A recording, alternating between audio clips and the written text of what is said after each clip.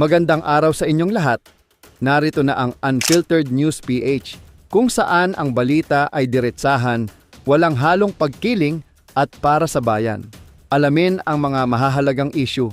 Iisa-isahin natin ang mga detalye at tayo mismo ang huhusga kung ano nga ba ang totoo. Simulan na natin.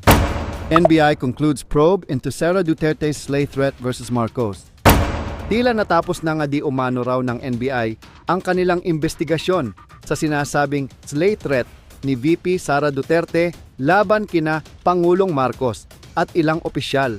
Sa ganitong sitwasyon, makikita natin kung paano minsan ang biro o matapang na pahayag ay maaaring ma-misinterpret, lalo na kung ang mga tumanggap nito ay masyadong sensitibo.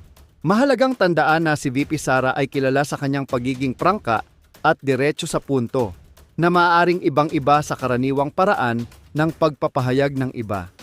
Sa halip na gawing issue, marapat lamang na tingnan ang konteksto ng kanyang sinabi at unawain ito ng mas malalim.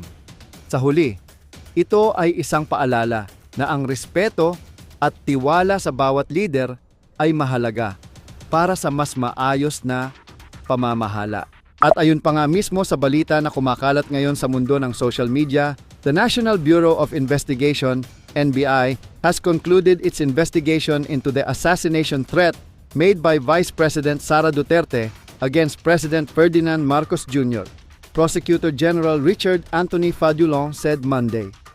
Fadulon, in a palace briefing, however, said that there was a need to further evaluate whether the case warrants a preliminary investigation. He added that they were sending prosecutors to evaluate the evidence filed with the NBI.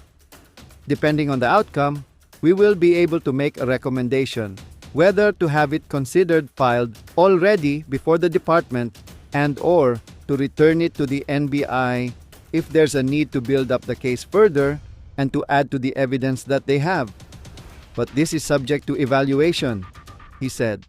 Justice Secretary Raul Vasquez meanwhile said that once the evaluation is confirmed to be enough to warrant preliminary investigation, that's the time that the preliminary investigation proper would be initiated. Maraming salamat sa inyong panunood.